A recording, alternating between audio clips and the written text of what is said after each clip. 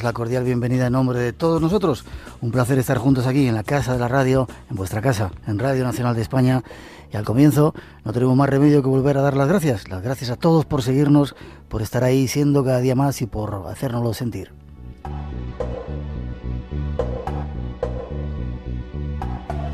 Nos lo demostrasteis la semana pasada en ese programa especial que realizamos desde Málaga. Un aluvión de amigos estuvieron con nosotros. Las gracias a todos. Y las disculpas a todos esos, muchos, demasiados, que se quedaron a las puertas porque ya no teníamos más sitio. Lo sentimos y os lo agradecemos a todos en el alma. Habrá más salidas y os seguiremos informando, pero de todo corazón, en nombre de todos esta noche, en nombre de todos los que hacemos el programa, queremos daros las gracias por hacernos sentir vuestro cariño. Gracias. Solo por eso estamos aquí cada semana y trabajamos a la búsqueda de esos temas que os pueden interesar y sobre todo de esos temas que no se escuchan por ahí, tratando de dar respuestas a los interrogantes. Algo que volveremos a hacer de nuevo esta noche. Como siempre, abrimos nuestros medios de comunicación. El email espacioenblanco@rtv.es. El chat, ya sabéis la forma de entrar en él a través de nuestra página www.espacioenblanco.es y el teléfono, aunque esta noche no hay concurso, 900-137-137. Pero atentos que mañana se habrá concurso en la segunda edición, habrá premios, o sea que preparados para mañana.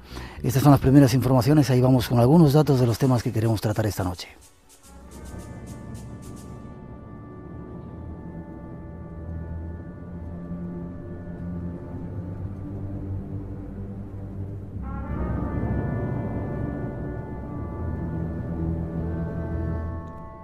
Esta noche os invitamos a bucear en la historia más reciente, a la búsqueda de objetos sagrados y lugares griálicos llenos de magia.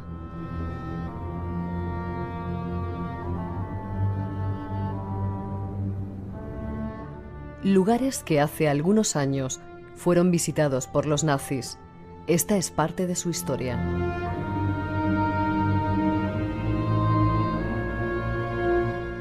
La visita de la comitiva alemana en 1940 no era una visita protocolaria común realizada por altos cargos de la Alemania nazi, ni tampoco tenía un interés político, ni estratégico, ni en relación a la contienda bélica. Era una delegación expresa de las SS, y en concreto de su unidad arqueológica, la Ahnenerbe, encabezada por su máximo jefe, Heinrich Himmler. Se trataba de una expedición al más alto nivel, por motivos esotéricos, a la caza y captura de reliquias sagradas del poder.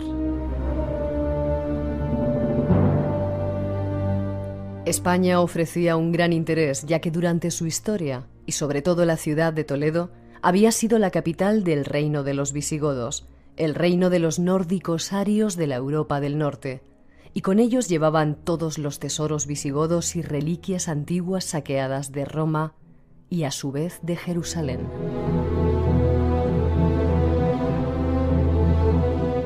Ya entre 1934 y 1936, unidades de investigación arqueológica de las SS habían estado en España realizando reconocimientos en zonas arqueológicas españolas de interés para los nazis. La tradición decía que la mesa de Salomón, la ménora o candelabro judío de 7 brazos y el tesoro visigodo en general habían sido trasladados por los romanos de Jerusalén a Roma.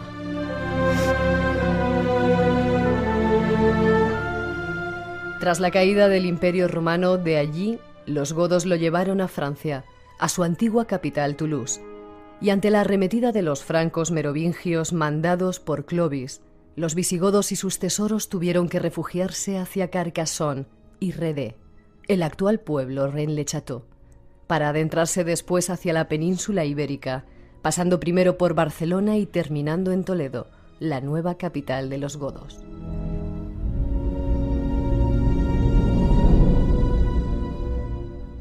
Esta noche nos vamos a la búsqueda de tesoros, tesoros que puede que estén muy cerca de nosotros.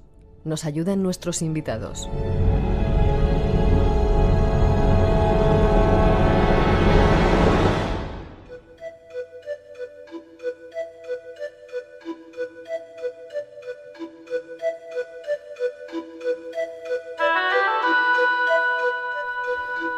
Después de esa introducción solo nos queda saludar a nuestros invitados, 3 invitados que tenemos esta noche. Julio César Pantoja, buenas noches. Muy buenas noches, Miguel. ¿Cómo estás? Muy bien, Un placer encantado. un placer que estés con nosotros. Gonzalo Rodríguez, buenas noches. Buenas noches, Miguel. Muchas gracias por estar con nosotros también. Encantado. Y José Ignacio Carmona, buenas noches. Buenas noches. Un placer. Llegáis de Toledo los 3. Así es, venimos de Toledo, de una ciudad que reivindicamos como una de las capitales mágicas y realmente que vamos a tener una tertulia que esperamos sea reveladora para muchos. Habéis hecho un montón de investigaciones acerca de nazis, acerca de tesoros, que es un poco por vuestra culpa. Hemos montado un poco este programa. ¿Los nazis estuvieron en Toledo? Los nazis estuvieron en Toledo y la visita que llevaron a cabo en nuestra ciudad realmente parece que no encaja en lo que sería una visita puramente política y parece que tiene un trasfondo en el cual, bueno, pues los intereses arqueológicos de la NNRV quizás tuvieron el elemento protagonista. ¿Quién estuvo? ¿Himmler? Estuvo Himmler y 25 miembros de la ANNRV el 21 de octubre de 1940 en la ciudad de Toledo. Además tenemos paso por paso las zonas y los puntos en donde estuvo Heinrich Himmler. Si quieres te paso a... Después lo vamos, me cuentas por dónde anduvo. Según esa introducción, la NNRV buscaba en todas las partes del mundo objetos sagrados, el Arca de la Alianza, como un poco la película esa de Indiana Jones, el Santo Grial, la Mesa de Salomón. ¿Qué buscaban en Toledo? Así es, la NNRV era una especie de departamento de las SS que buscaban no solamente los datos o objetos arqueológicos, sino también los objetos de poder, porque había una conexión auténtica entre la mitología, la leyenda y también puramente la ciencia. Y en Toledo buscaban ni más ni menos que el Santo Grial.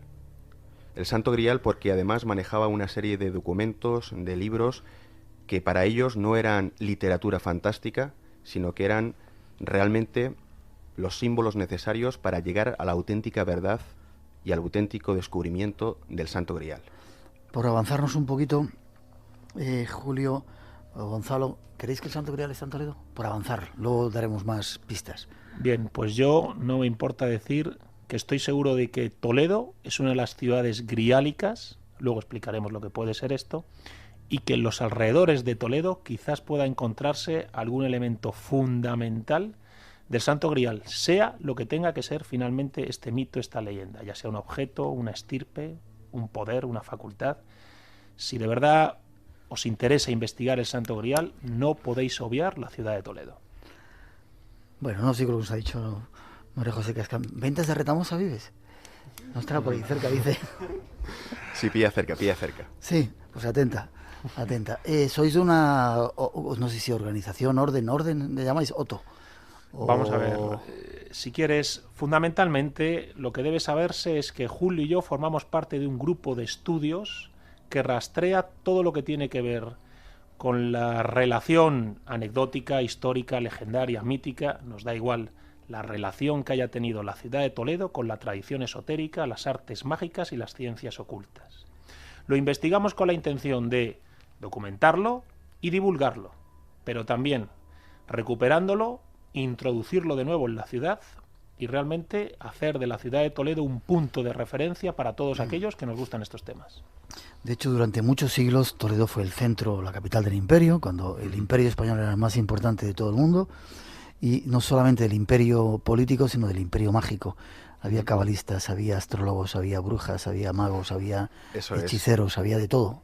Sobre todo el punto de inflexión importantísimo fue el reinado de Alfonso X el Sabio, que nosotros dentro de la OTO siempre le definimos como Alfonso X el Mago. Realmente no solamente iban intelectuales para copiar o traducir libros de ciencia, sino también que la alquimia, la cábala, la astrología, las mancias, la nigromancia, todo eso tuvo un punto de referencia en Toledo. Además estamos investigando muy mucho a este aspecto y te podemos decir que uno de los libros más fascinantes fue el Picatrix. El Picatrix además tiene una influencia ya en el Renacimiento brutal y la primera copia que se traduce en la Europa occidental fue en Toledo. Solamente se hizo una copia, un solo ejemplar para Alfonso X el Sabio para su uso particular. Una curiosa ciudad, Toledo. Atentos a nuestros oyentes, seguramente esta noche vais a escuchar cosas que no habéis escuchado nunca, nuevas. A mí me ocurre con estos señores que están aquí. Y tú, Iñaki, ¿tu familia tiene algo que ver con el fotógrafo que le hizo las fotos a a tu familia, Gonzalo. Mi familia, exactamente, sí. No sabía que estabas al tanto de esa anécdota. Yo casi me entero de todo. Exacto, mi abuelo, las fotos del archivo Rodríguez, bueno, pues mi abuelo fue el que retrató la visita de Heinrich Himmler a la ciudad de Toledo y las fotos famosas en las que se le ve haciendo el saludo nazi en la plaza de Zocodover, bien, bueno, pues las hizo mi abuelo. Hizo también la que está en el, ¿cómo se llama? La entrada del ayuntamiento, que está... No. Otro monumento importante de Toledo, el Alcázar. El Alcázar. Claro, sí. Claro, sí, las visitas. Todas las fotografías. Con el general Moscardó, exacto. Son todas fotos del archivo Rodríguez. Las hizo mi abuelo y bueno, a mí me resulta simpático pensar, ¿no?, que vengo a Espacio en Blanco a hablar aquí contigo de estos temas. Y bueno, pues hace unos años fue mi abuelo, ya que en paz descanse, quien retrató la visita de este siniestro personaje a nuestra ciudad. La vida es así curiosa. Iñaki está ahí callado, pero luego al final del programa te dedicas a investigar. Yo te debo un programa, o mejor dicho, nos lo debes tú a nosotros, a investigar psicofonías, y nos va a poner alguna psicofonía que va a recomponer un poco este puzzle que esta noche abrimos. 2:19, 1:19 en las Islas Canarias. Insisto, atentos a lo que esta noche van a contar estos señores. Después de esa introducción nos metemos de lleno en este asunto que tiene que ver con tesoros, con nazis y sobre todo con Toledo.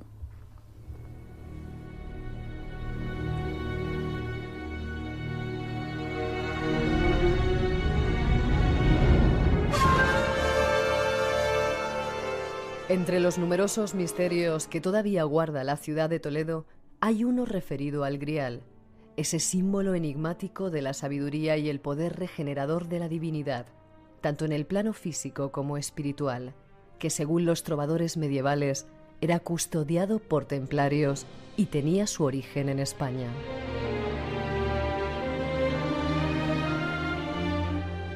El trovador templario alemán Wolfram von Eschenbach, en sus principales epopeyas, Parzival y Titure, describe una orden religioso-militar de caballeros que persigue fines místicos, basados en el mito del Imperio Universal, la Tierra Santa y el Templo Espiritual.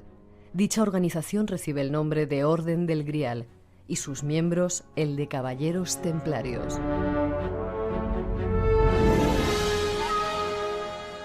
Aunque parece que Wolfram no inventó nada, él mismo se encarga de aclararnos que no es el autor original de su relato sobre el Grial. El Parzival traduce a otro autor, Quiot el Provenzal.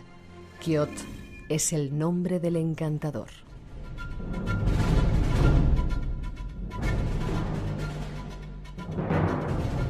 Aunque para nuestra sorpresa, el propio Wolfram declara que el origen último de la historia del Grial se encuentra en España. Quiot encontró en Toledo, entre unos manuscritos abandonados, esta aventura en escritura arábiga. El autor de estos manuscritos era un musulmán, Flegetanis, famoso por sus conocimientos.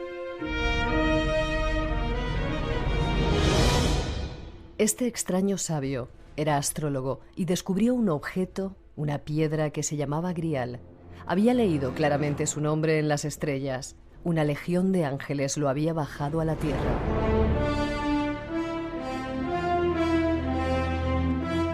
Desde entonces habían de ocuparse de él hombres tan puros como los ángeles. Quiot buscó en los libros, donde habría un pueblo lo bastante puro como para poder ser el custodio del Grial, hasta que encontró lo que buscaba, que la morada del Grial entre los humanos estaba en los confines de España. Por extraño que pueda parecer, en Toledo aún quedan señales de esa relación entre los templarios y el Grial.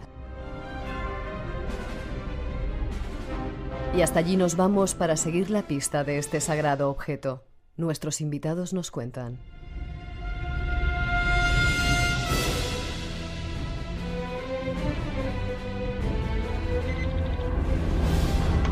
Espacio en Blanco.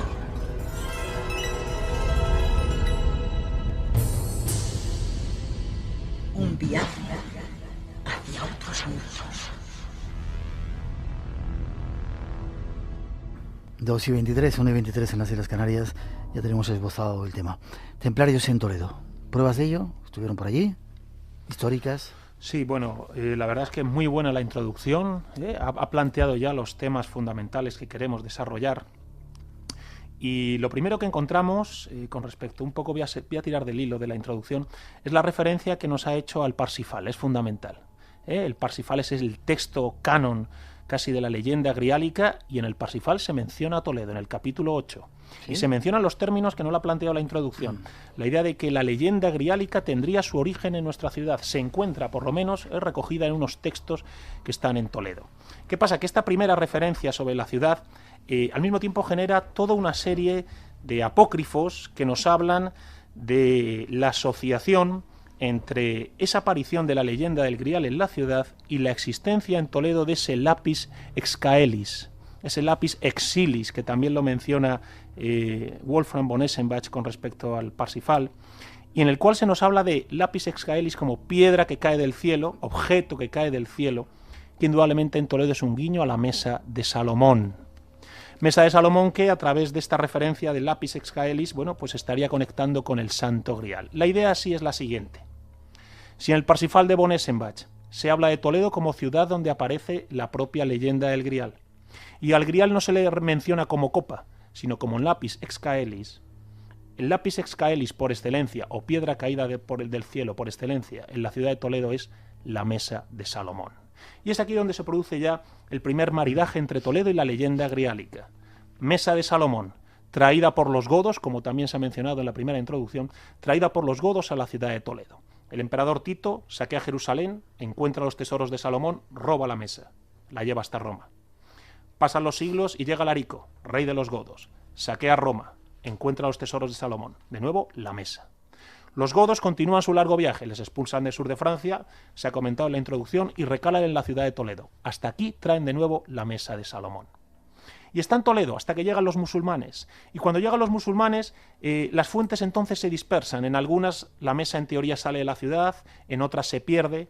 Pero ojo, para los templarios, para Wolfram von Eschenbach, para ese Parsifal, en realidad da la impresión de que la mesa se habría quedado en la ciudad.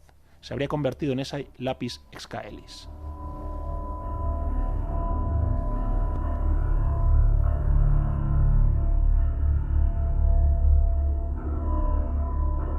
Yo quiero que me contestes la mesa de Salomón. ¿Qué era? ¿La mesa? ¿Una piedra? ¿Una mesa? La verdad es que la mesa de Salomón en principio da la impresión de que es un objeto real. Es un objeto real porque... Físico, ¿te refieres? Exacto, un objeto real, físico, material que encuentra un emperador romano, en primer lugar. Un objeto físico que puede transportar a Roma. Un objeto físico que encuentra Larico y que también puede transportar hasta Toledo. Y un objeto físico que creen los musulmanes encontrar. De hecho, hay diversas crónicas musulmanas que nos describen el objeto. Y efectivamente nos hablan de una gran joya perfectamente pulida con extraños símbolos grabados que pretenden llevar a Damasco. El hecho de que lo señalen como objeto y que quizás el Parsifal lo esté señalando como lapis excaelis, piedra caída del cielo, nos habla pues de una de las teorías fundamentales con respecto al objeto de poder, el hecho de que no solo es una forma de conocimiento, sino que también es un soporte material que quizás proporciona esa forma de conocimiento. No hay que olvidar que la mesa de Salomón, legendariamente en su origen, es una joya que lleva Lucifer en la frente. Decían que era el ojo que se le cayó. Exacto, Lucifer. Es una joya que se desprende de su frente al ser derrotado por San Miguel. Y como piedra que proviene de las alturas cae a nuestro mundo. Y es aquí donde se convierte entonces en mesa de Salomón. Mesa de Salomón que además hay que saber que en algunas leyendas griálicas, en teoría, pulen de la mesa lo que es la copa del grial. Al final se acaban siempre juntando estos objetos. Y en Toledo, con más razón se juntan en el momento en que tenemos esa insistencia del Parsifal con la ciudad de Toledo y con ese lapis excaelis, y las referencias que nos hablan del viaje de la mesa de Salomón de Jerusalén a Roma y de Roma hasta Toledo. Este es un punto, a nuestro parecer, fundamental para dar pie al planteamiento que nosotros queremos hacer esta noche. Y es que si esta conexión se puede hacer a día de hoy, la puedo hacer yo, la podemos hablar de ella aquí en Espacio en Blanco, indudablemente Heinrich Himmler, líder de las SS, fanático del esoterismo, fanático de la tradición del Grial, también la podía hacer. Y cuando viene a España y decide visitar la ciudad de Toledo, acompañado por el arqueólogo Martín de Santa Olalla, no lo hace solo para ver las ruinas del Alcázar y escuchar la historia bélica que le tiene que contar el general Moscardo. Hay algo más, y ese es algo más donde hoy, en parte queremos indagar. Bien, se me ha ido lo que te quería preguntar. ¿Qué tienen que ver los templarios con todo esto? Has dicho, antes de nada, que la mesa de Salomón dices que está en Toledo, desde tu punto de vista. ¿No está en Jaén, como hay otras teorías que dicen que está en Jaén o en Andalucía? La verdad es que el planteamiento que nosotros hacemos es que, indudablemente, bueno, pues sobre la mesa de Salomón hay diversas referencias. Algunos dicen que está perdida en los desiertos del Sáhara, ¿eh? Bien, la idea que nosotros hacemos es que es Wolfram von Eschenbach, como templario, el que señala Toledo. Y lo señala con respecto al Grial, al hablarnos de que la leyenda del Parsifal se encuentra en Toledo, y lo señala también cuando dice que el Grial no es una copa, es un lapis excaelis. Lapis excaelis, para que os hagáis una idea, es un latín degradado que parece significar piedra caída del cielo. Indudablemente en Toledo la piedra caída del cielo por excelencia es esa mesa de Salomón que cae de la frente de Lucifer cuando es derrotado por San Miguel y llega a la tierra. Casualidades de un poco de estas investigaciones que en Toledo tenemos a los templarios asociados a una parroquia, la parroquia de San Miguel, en una zona en la que hay cuevas y subterráneos, en los cuales en teoría queda oculto ese lapis excaelis, y que nos invitan entonces, bueno, pues a plantearnos esa posible conexión entre el Temple, Toledo, la mesa de Salomón y el Santo Grial. Y es a partir de ese punto, bueno, pues que si ya digo que a día de hoy podemos hacer esa conexión, bueno, pues es obvio que Heinrich Himmler también la podía hacer. ¿Qué pinta? Sí. Hay otra pista que creo que es importante de señalar, y es que los tesoros godos no han aparecido. ¿Ninguno? Solamente ha aparecido el tesoro de Guarrazar, que es una mínima parte de lo que se conocía como el tesoro real. ¿Y se encontró dónde? En Guadamur, en la provincia de Toledo, precisamente. Uh-huh. ¿Y qué ocurre? Que existía un tesoro antiguo, el tesoro que los godos habían recopilado de todas aquellas batallas que habían pasado por Roma. Por lo tanto, el tesoro antiguo tendría las reliquias, los objetos de los saqueos, entre ellos la mesa de Salomón. Esos tesoros nunca han aparecido. Esos tesoros, probablemente, nosotros estamos convencidos de ello, también se escondieron en la provincia de Toledo. España es tomada por los musulmanes y los visigodos tienen que esconder sus tesoros. ¿No les da tiempo a escaparse a Francia, a otros lugares? Bajo nuestro punto de vista, no.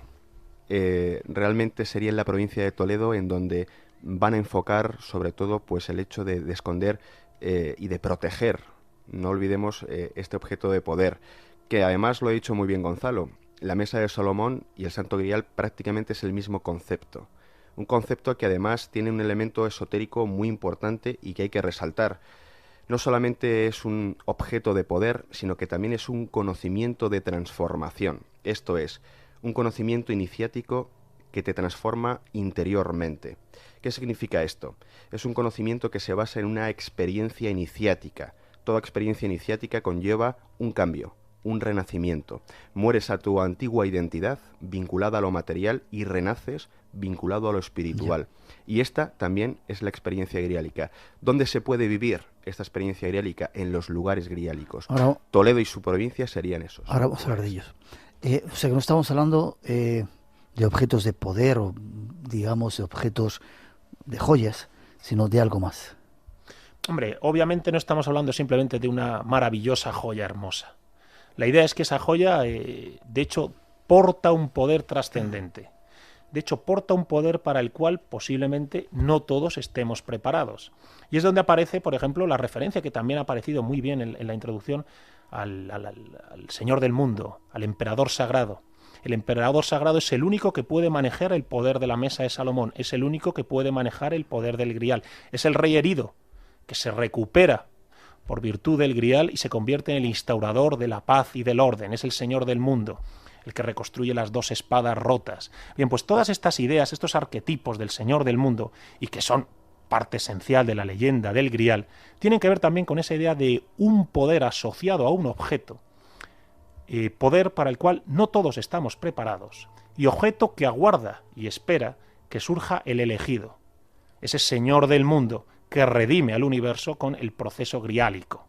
En este sentido, una idea fascinante se da en el Parsifal, y es que los templarios son custodios del Grial, vigilan el Grial, custodian que no caiga en manos que no están preparadas para ello. Nosotros estamos convencidos de que Heinrich Himmler y las SS creían en la existencia real del Grial como un objeto material físico, del cual esperaban obtener un poder mágico que quizás se les ocultó Bueno, pues porque si realmente existe ese grial, mesa de Salomón grial, prefirió ocultarse a caer en las manos de las SS.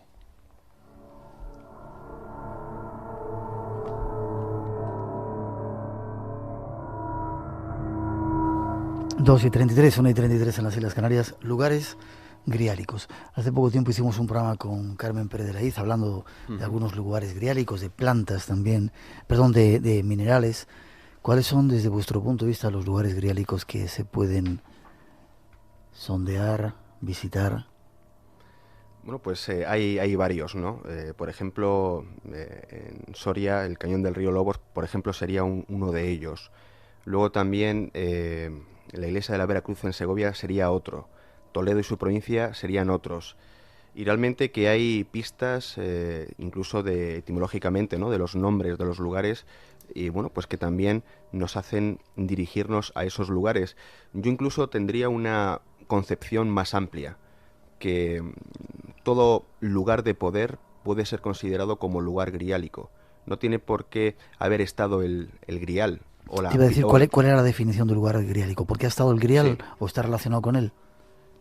Sí, bueno, por un lado sería el lugar en donde ha podido estar esa piedra griálica, pero yo, ya digo, hago una concepción un poco más amplia.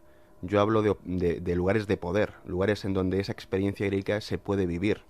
No es necesario que haya estado físicamente esa piedra, sino que realmente son lugares en donde tú puedes experimentar esa transformación, ese cambio, ese renacimiento, conectando con las fuerzas de ese lugar. Entonces yo hago una ampliación del concepto de lugar griálico, no solamente como lugar en donde ha estado esta piedra, sino también como todo lugar de transformación interior. Para mí es no solamente más interesante, sino que cada uno de nosotros lo podemos experimentar, ¿no? Lo tenemos cerca. Todos sentimos aquellos sitios, lugares que te cambian y que también, por supuesto, tienen tanto buenas como malas vibraciones, porque aquí estamos hablando de una energía que puede ser tanto constructiva como destructiva. Por lo tanto, bueno, pues todos los lugares, nosotros somos los primeros que lo sentimos, tiene esas vetas de poder y de energía que podemos asimilar. A mí me gustaría que matizaras un poco más lugares. Has dicho Cañón del Río Lobos, Soria, increíble ese lugar. Había bastante eremitas que tienen que ver con Santo Domingo de Silos, la iglesia de la Veracruz en Segovia. Exacto. Tremenda esa iglesia también. ¿Y en Toledo qué lugares? En Toledo, por ejemplo, tenemos dos niveles. El nivel exotérico con X sería la parroquia de San Miguel, en donde los templarios, bueno, pues oficiaban misa. Y luego sigue estando todavía. Sigue estando, solamente se abre los domingos, durante toda la semana está cerrada. Y luego el nivel esotérico de los templarios, que son las cuevas que están, por supuesto, en la parte inferior, por debajo de esta parroquia. Aquí es donde realmente los templarios tenían... Sí. Son cuevas que conectan con la cripta, son cuevas que además son antiquísimas, son de origen romano, tienen más de 2000 años de antigüedad. Y nosotros hemos incluso hecho experimentos radiestésicos, o sea, hemos podido medir las energías de estas cuevas. Y realmente que hay focos de un poder telúrico impresionante. Por lo tanto, si existió ese reverso esotérico de los templarios en Toledo, este sería el lugar apropiado para poder realizar esos rituales iniciáticos y rituales mágicos, porque aquí sí que se puede dar esa transformación griálica de la que estamos hablando. Este sería el punto crucial de ese esoterismo templario en Toledo. ¿Y en la provincia? Castillo de Montalbán, que es otro lugar fascinante también. Exactamente. ¿No? Sí, bueno, ese es el segundo lugar griálico por excelencia de la provincia. A nosotros nos tiene fascinado, y es el Castillo de Montalbán y la ermita de Santa María de Melque. Nosotros realmente lo que nos planteamos es que si de verdad ese tesoro antiguo fue escondido por los godos, y ha sido taxativo mi compañero Julio, lo ha dicho bien claro, creemos que está oculto en la provincia, bien, pues el tesoro de Guarrazar aparece en Guadamur, y en la misma ruta que conduce de Guadamur a los montes de Toledo, nos encontramos primero con la ermita de Melque, la cual se estaba construyendo cuando se produce la invasión musulmana. Se termina de construir tiempo después, es por eso que tiene trazas visigodas y trazas mozárabes. Y esta ermita, en primer lugar, tiene un nombre curioso, de Melque. ¿Dónde está? En la comarca de Montalbán, cerca de la Puebla, de Montalbán. Bien, el primer detalle interesante, Melque. ¿Qué nos invita a pensar esta palabra? Bien, nosotros la asociamos inmediatamente con Melquisedec. Melquisedec, sí. Exacto, el rey sacerdote judío.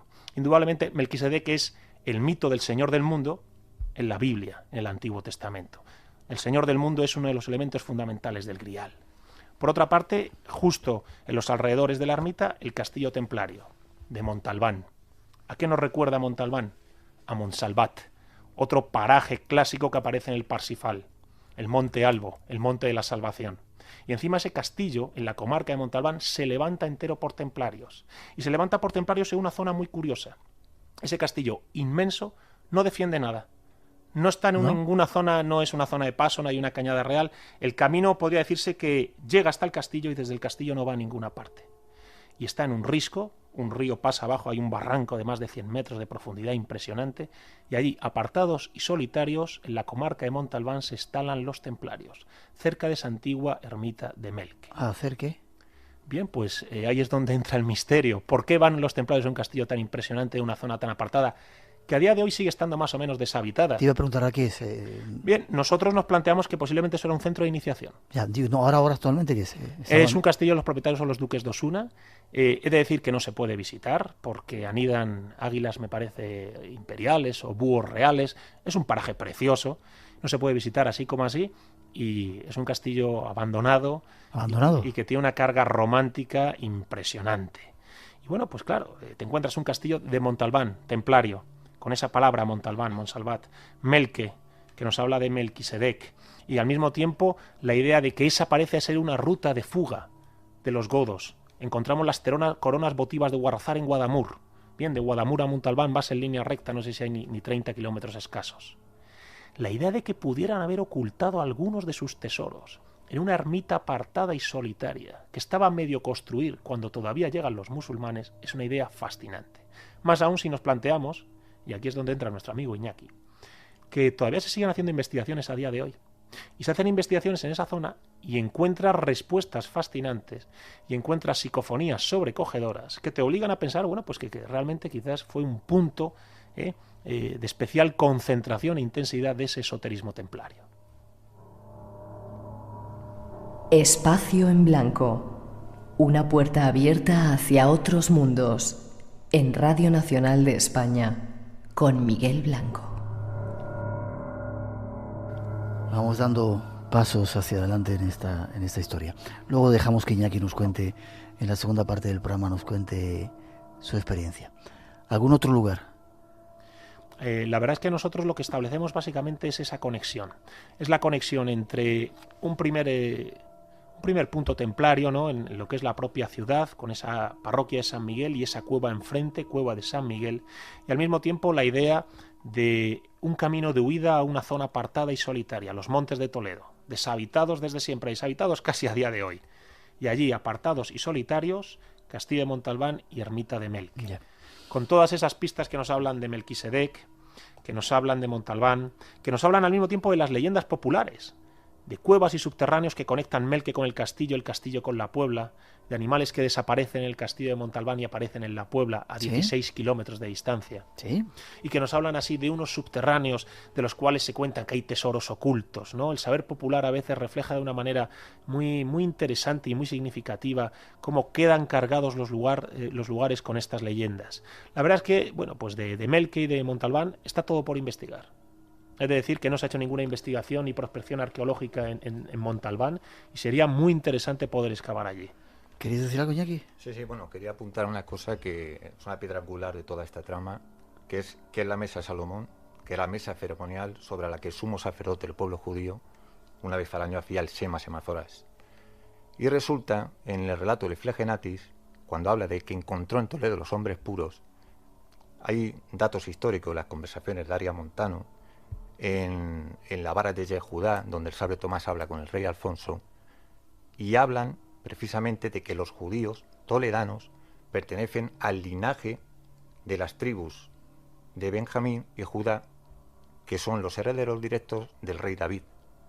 Hay documentos históricos en los cuales los santos custodios, digamos, de los elementos litúrgicos principales de la ceremonia judía aparecen en el escenario de Toledo casualmente. Por eso el relato de Flegenatis que es el que sabe leer las escrituras de la estrella, es súper importante. Otra acotación, yo me prefiero tener amigos judíos muy versados en la cábala. En 2 minutos o 3 minutos me resumieron el ciclo griálico toledano. Hay otras muchas referencias. Tenemos también la demanda del Santo Grial, es un libro escrito en Toledo. Apareció en Ocaña la miscelánea del rey Salomón. Multitud en el arcosolio de la iglesia de San Miguel. Hay escudos heráldicos sobre el mesa, linaje. Bueno, el ciclo griálico toledano me lo resumieron, te digo, en 2 minutos. Decía, en el grado 27 de árbol cabalístico, parte del puente San Martín y la Cava, siguiendo el itinerario de vírgenes negras de la Cabeza, la Bastida, la de Montalbán, en Melque hubo una virgen negra, y resulta que llegamos a Gálvez, que es el pueblo más cercano que existía, que es Galib, Exacto. el vencedor. Llega a Melque y a Montalbán. Hasta el año 93 había una asociación neotemplaria que era los caballeros custodios del Sendero del Grial, que todavía no se sabe qué. Del Sendero del Grial. Se reunían en el castillo de San Martín. Exacto. Porque una de ese enigma histórico que decía sobre el castillo de Montalbán, que se especulaba, era que era un sitio donde ordenaban sus capellanes o iniciaban o profesaban los caballeros. Es más cierto lo que tú dices de que posiblemente fuera un centro iniciático por las razones que has aducido. Y otra cosa más, paisanos de la zona, siempre se ha hablado el relato de la oveja que se pierde en Melque, por los subterráneos aparece en Montalbán, en Melque, pero resulta que la Puebla de Montalbán, resulta que se han perdido, habrá con paisanos, testimonios directos, que se han perdido un marrano y ha aparecido a 16 kilómetros en la Puebla de Montalbán. Es decir, en la Puebla de Montalbán etimológicamente es habitación de judíos. Hay cantidad de calles, linaje, mesa, es impresionante. Había una conexión directa a través de esos subterráneos que bien podían tener una funcionalidad defensiva, simplemente vamos a dejar esa incógnita abierta. Que... ¿Cuántas cosas nos quedan por aprender todavía de la historia, verdad? Y descubrir. No, decía que con respecto al tema de los subterráneos, es que forma parte de eso que está todavía por excavar. Todo lo que es en la zona de ese castillo de San Martín de Montalbán, se nota que hay una excavación pendiente. Todas las referencias populares que te llegan de cuevas y subterráneos que conectan el pueblo con el castillo con Melque, vuelven a estar pendientes de excavación, y al mismo tiempo lo que has citado de esa estirpe de descendientes de David, de hombres puros, nos vuelve a hablar al mismo tiempo de la idea del grial también como estirpe. Esa idea de el señor del mundo asociado a una estirpe que tendrá que volver algún día a instaurar una paz, una especie de cosmos sobre el caos, y que forma parte clave, ¿no?, de la leyenda griálica. De nuevo se nos señala a través de esas familias de Benjamín y Judá asentadas en Toledo. He pasado por alto antes un tema muy importante. Breve, si puedes, por favor. Muy breve. Quiot es el sincretismo de las 3 religiones del libro, así me lo explicaron. Y Flegenatis es el iniciado, es el que sabe leer la escritura de las estrellas, y a través de aquello llega por el sendero del árbol del 27 grado del sendero cabalístico, llega a Montalbán. 2 preguntas antes de pasar a la siguiente parte del programa con Himmler, que está ahí esperando. Entonces el grial no tiene nada que ver con el grial que dicen que hay en Valencia, o con el otro grial que hay en Cebreiro. Bueno, esos griales... ¿O es que hay muchos griales? Se hacían copias como... Hay muchos griales y en cuanto a copa, por supuesto, se dice que las copas serían hechas de esa propia piedra griálica. Pero realmente, bueno, pues sí que hay una geografía española muy poblada y muy nutrida de santos griales. Para nosotros no concebimos, ¿no?, lo que es un santo grial como una copa, como un simple objeto, sino más bien con una serie de conocimientos y experiencias que te llegan a esos lugares griálicos que te transforman. Entonces ya decimos que quizá este concepto, que es algo más complicado por esotérico, pero que quizá es mucho más enriquecedor desde el punto de vista personal que lo que es simplemente una reliquia que puede, bueno, pues tener culto o no, pero vale, ahí está. Aclarado. 2:47, 1:47 en las Islas Canarias. Seguimos adelante. Un dato más queremos dar en esta historia que queremos contaros esta noche. Después de esa introducción seguimos con ello.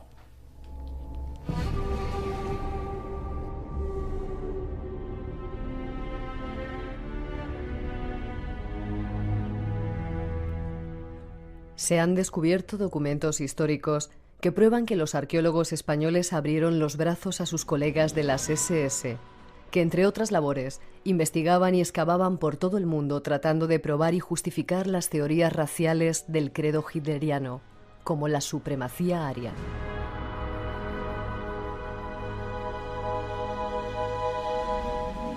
Hay que recordar que la actividad de Dash Ahnenerbe, además de la expedición al Tíbet y la búsqueda de objetos legendarios como el martillo de Thor o el Grial, condujo a pragmáticos saqueos de museos. El ministro secretario del partido, José Luis Arrese, expresó incluso a Himmler su interés por crear en España una organización similar a la Ahnenerbe nazi, dependiente exclusivamente de Falange, para controlar las bases ideológicas de la prehistoria y la arqueología españolas. En octubre de 1940, el arqueólogo Julio Martínez Santaolalla, comisario general de excavaciones, fue asignado al séquito de Himmler cuando realizó su célebre visita a España. Y le acompañó al Escorial, al Alcázar de Toledo, al Museo del Prado y al Arqueológico Nacional. El Reichsführer quedó contento y el arqueólogo falangista recibió una invitación personal de Himmler para desplazarse a Alemania y estudiar con los jefes de la Ahnenerbe planes de colaboración. Himmler estuvo en España, según muchos, buscando el Grial, un sagrado objeto que aún permanecería en nuestras tierras.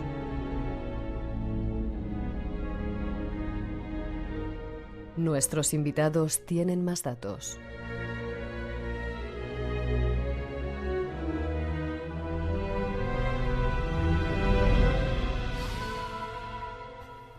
Bueno, pues ahora es el momento de hablar de Himmler. ¿Tienes ganas de hablar de Himmler, Julio César? Sí. ¿Quién era Himmler? Sabemos que era uno de los personajes el jefe de la SS. Exactamente. Uno de los personajes más importantes de toda la historia nazi, el segundo de Hitler, no sé si llamarle así, pero había algo más, ¿no? Había muchísimo más. Yo considero a Himmler, fíjate, un auténtico mago negro. Además, él se creía la reencarnación de Heinrich I, el pajarero, un rey que además, bueno, pues también tenía conexión con este tipo de conocimientos, pero fundamentalmente todo lo que es el movimiento nazi bulle en un ambiente en que las sociedades secretas y el esoterismo prácticamente es casi lo habitual dentro de las clases más o menos pudientes y sobre todo los intelectuales o la gente que le interesaba el conocimiento. Heinrich Himmler es el líder de las SS, pero es mucho más. Es el líder de una sociedad que sobre todo quiere imitar a las órdenes místico-guerreras. Esto es, a la auténtica imitación de los templarios, de la orden teutónica y en última instancia, lo más importante de todo, a la imitación de los caballeros artúricos, porque ellos se creían realmente herederos de ese linaje y sobre todo el hecho de que qué es lo que buscaban los caballeros del rey Arturo, el Santo Grial. Bueno, pues hay una conexión realmente fascinante. Para ello, crea su base de operaciones, reforma el castillo de Wewelsburg, un castillo triangular que se conoce como el Nido del Águila, el Valhalla o el Reino de los Muertos, y en su cripta, bajo el auspicio del Sol Negro, en la parte central una mesa redonda, con 12 asientos, en la parte central una especie de llama sagrada, y liderando todos estos rituales ocultistas, el gran sumo sacerdote, el mago negro Heinrich Himmler. Estaban convencidos de que ellos querían dominar los dos niveles de la realidad, la materia por el fuego y el espíritu por la magia. Esto es, querían dominar las naciones por la guerra y las conciencias por las prácticas mágicas y ocultistas.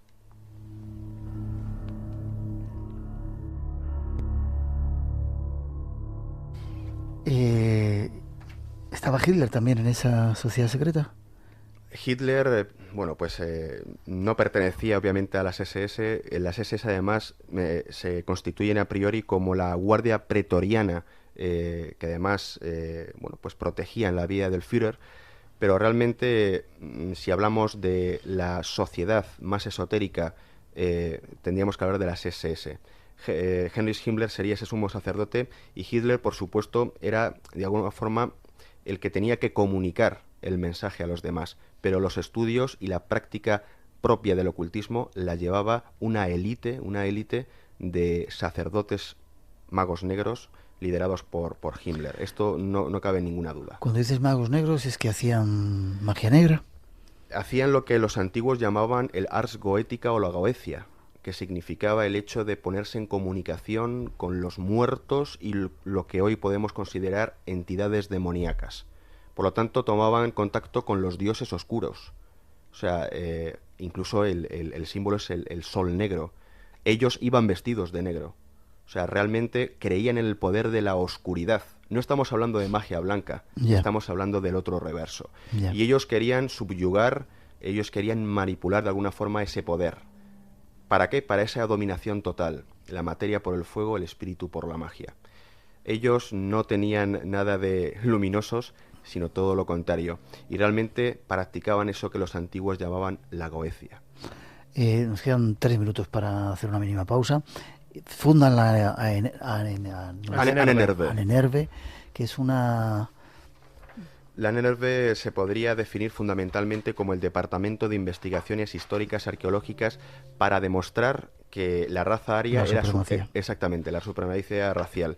Discúlpame, se dedican a hacer viajes por toda... hablamos hace poco con otros de nuestros invitados de una expedición que hicieron al Tíbet. Exactamente. Para demostrar que la raza aria... Pero hacen muchas más cosas, ¿verdad? Exactamente. Fundamentalmente lo que estudian son las migraciones de los pueblos germánicos y nórdicos para saber cuál es la extensión de la raza aria.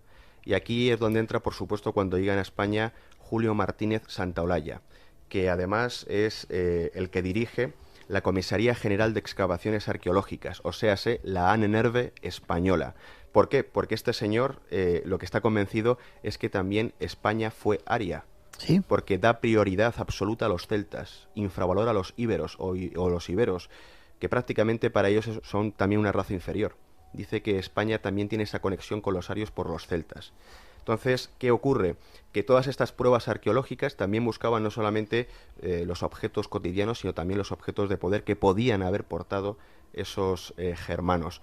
Además, la conexión tiene que ver, fíjate, con una historia fascinante, porque ellos se creían herederos de auténticos dioses, de los atlantes. Los arios. Exactamente. Ellos creían que realmente pertenecían a una estirpe de dioses. La Atlántida, ese continente, bueno, pues que realmente, bueno, pues también la situación podría ser también debate para otro programa. Lo que hace es, bueno, pues desaparecer por un diluvio universal.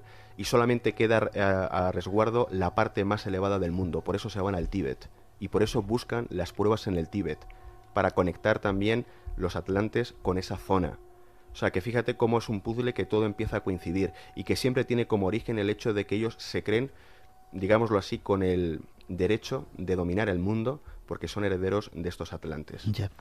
Un minuto y medio. La Ahnenerbe viaja, como decíamos antes, al Tíbet, viajan a otros lugares del mundo. ¿Tienes pruebas? ¿Hay pruebas de ello? Sí, hay pruebas de ello, por supuesto, y además en busca del Arca de la Alianza, del Santo Grial, de la Mesa de Salomón, de la Lanza de Longinos, que por ejemplo consiguen, e incluso en Sudamérica de las calaveras de cristal. ¿Sí? O sea, que realmente eran coleccionistas de todos los objetos de poder y de todas las reliquias sacrosantas que podían tener una conexión del hombre con los dioses. Y en España vienen no solamente a Toledo, sino a Barcelona. Sí, el periplo podríamos definir en España San Sebastián, Burgos, Madrid, Toledo, otra vez Madrid y luego Barcelona. Ese es el viaje que hace Himmler a España.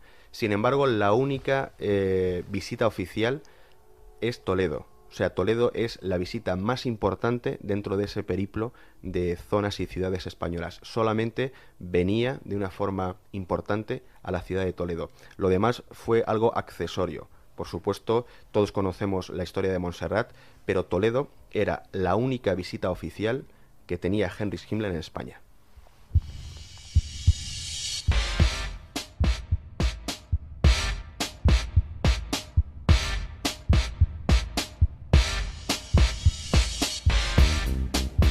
Una mínima pausa. Llegarán noticias a las 3, las 2 en las Islas Canarias. Después seguimos, os contaremos el misterio de Toledo y si encontraron o no encontraron, y os pondremos una psicofonía, una prueba del trabajo que han hecho parte de nuestros invitados, que ya veréis, muy curiosa. Y habrá más, seguramente os hablaremos de la cara oculta de Salvador Dalí, algo que es impresionante y que no conocéis, y otro montón de cosas aquí en este espacio en blanco de hoy en Radio Nacional de España. No os vayáis, que nos queda todavía mucho por contaros y será un placer estar juntos. 3 y 5, 2 y 5 en las Islas Canarias, entramos en la segunda hora del Espacio en Blanco, la última por ahora. Mañana hay una segunda edición, volveremos de 2 a 4, de 1 a 3 en las Islas Canarias, y os vamos a contar algo que lo han llamado los trabajos húmedos. No os lo perdáis porque no tiene desperdicio.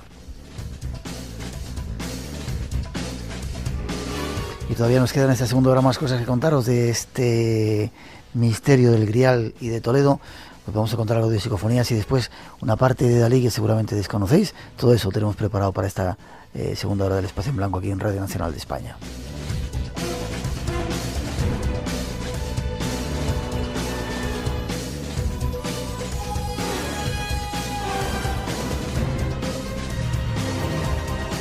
Bueno, volvemos a Himmler, si te parece, Julio César.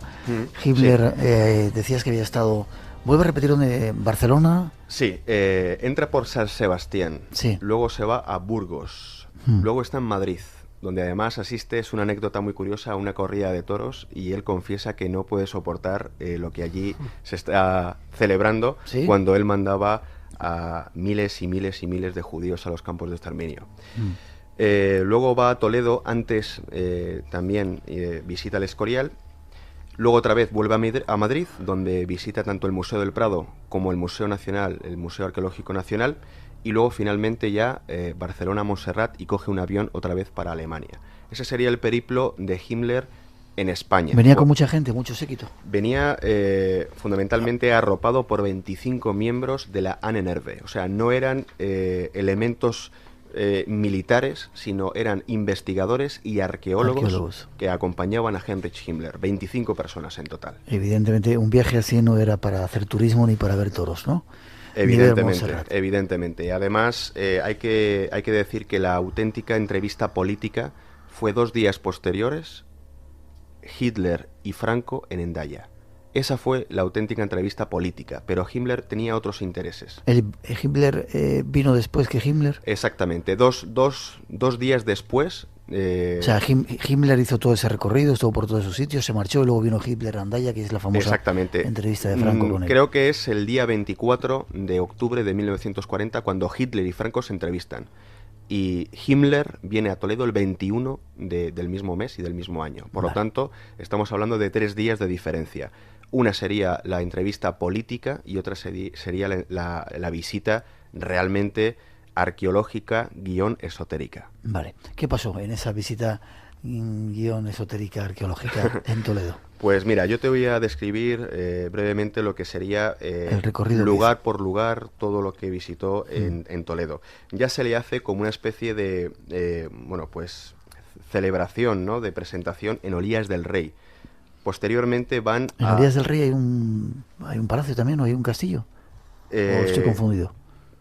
No, lo que pasa es que es el pueblo junto con Vargas, más cercano, y parece que salieron a recibirle justo antes de llegar a la ciudad. Le dieron ya un paseillo. Exactamente. Entra a la ciudad de Toledo por la puerta de bisagra, el acceso al casco antiguo. Van directamente al Alcázar, a las ruinas del Alcázar, un símbolo que posteriormente se utilizó en época franquista. Luego, posteriormente, van a la plaza de Zocodover, la plaza principal del casco, por la calle ancha hasta lo que es la plaza del Ayuntamiento. En la calle ancha también le hicieron ese paseillo de honor, podríamos decir. En la plaza del Ayuntamiento visitan el Ayuntamiento, donde comen en la planta superior, y posteriormente visitan la catedral en su interior. Se van a la iglesia de Santo Tomé, donde allí está, y además él es observador del cuadro del conde o del señor de Orgaz. Posteriormente van a los alrededores, Puente de San Martín, Puente de Alcántara, y finalmente se visita la zona del Valle. Ese sería el recorrido punto por punto, que está completamente documentado en todos los diarios de la época. Además, es muy importante decir lo siguiente: Himmler es recibido en Toledo como un auténtico héroe. ¿Por qué? ¿Por qué? Porque realmente con toda la pompa de un auténtico jefe de Estado. ¿Por qué? Pues muy sencillo. Acaba de terminar la guerra civil. las tropas de Franco son las victoriosas. España tiene como aliado a la Alemania nazi, porque hay muchas similitudes con sus ideologías. Y a diferencia de que en Montserrat, que sabemos que fue como una especie de invitado incómodo, en Toledo la gente le recibe como un auténtico héroe. Además, tenemos que decir que todo Toledo se engalana. Hay cientos de banderas con la esvástica. Los toledanos se bordan, y además en las fotografías del Archivo Rodríguez, las camisas de la gente de los toledanos con símbolos de la cruz gamada. Hay una auténtica fiesta. El ejército protege una comitiva de Heinrich Himmler hasta lo que es el ayuntamiento, haciendo todos el saludo nazi también, los soldados de la infantería, justamente con el uniforme de gala presentando armas. Toda esta visita, además, se documenta fotográficamente, por eso lo sabemos, y realmente que fue la única visita oficial. Todo lo demás podía ser accesorio, pero la auténtica visita oficial fue la de Toledo. No oficial en el punto de vista, como hemos dicho, político, sino que se considera la visita más importante que Himmler realiza a España, y Toledo fue la ciudad elegida. ¿Cuánto tiempo estuvo? ¿Cuántos días o cuánto tiempo? Estuvo apenas un día. Ya. Estuvo solamente un día, exactamente. Y bueno, pues lo que sí que sabemos es que estuvo acompañado en todo momento de dos personajes importantes, el general Moscardó y sobre todo este personaje que ha salido antes, que es Julio Martínez Santaolalla, ese jefe de la Comisaría General de Excavaciones Arqueológicas, la ANNERVE española, y este señor tenemos que decir que estudió en la Universidad de Bonn, que sabía perfecto alemán, era germanófilo, simpatizante de la Alemania nazi, estudió incluso esas migraciones de los pueblos germánicos a España, su conexión con los celtas, y realmente fue la sombra absoluta de la visita de Himmler a Toledo. La pregunta que nos tenemos que hacer es, ¿hubo alguna expedición en Toledo, alguna cueva, algún sitio que tuviese conexión con los templarios para buscar, para encontrar la piedra griálica? Te hago la pregunta. Esa es una buena pregunta. Bueno, pues bajo mi punto de vista es muy probable que hubiera habido ese tipo de prospección, de investigación, pero realmente todo lo que anteriormente hemos expresado, que está perfectamente documentado, si se realizó esta visita, está en el más absoluto secreto. No hay ningún tipo de prueba de que realmente fuera así. Yo estoy convencido de que sí. ¿Por qué? Porque Julio Martínez Santaolalla estaba a la disposición absoluta y plena de Himmler. Tanto es así que cuando van al día siguiente al Museo Arqueológico Nacional, le regala varios objetos del museo. No sabemos cuáles, pero realmente incluso sabemos la anécdota que se encaprichó de la dama de Elche.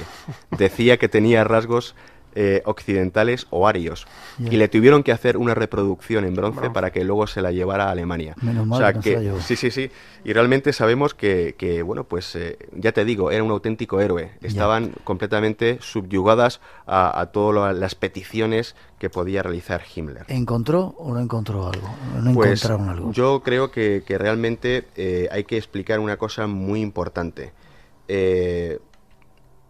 Estos objetos de poder, la piedra griálica, el Arca de la Alianza, se protegen a sí mismos, y en las manos equivocadas no despliegan conocimiento o poder, sino que despliegan todo lo contrario: muerte, destrucción y derrota, cosa que le ocurrió a Himmler y a la Alemania nazi. Además, algo muy significativo que nos remite a la leyenda del Grial es que el Parsifal, nuestro personaje protagonista de esta leyenda griálica, se dice que solamente encontrará el Grial aquel caballero que demuestre su pureza de sangre. La pureza de sangre no es una pureza racial, sino que es la pureza de espíritu. Y de eso Himmler no sabía, no conocía.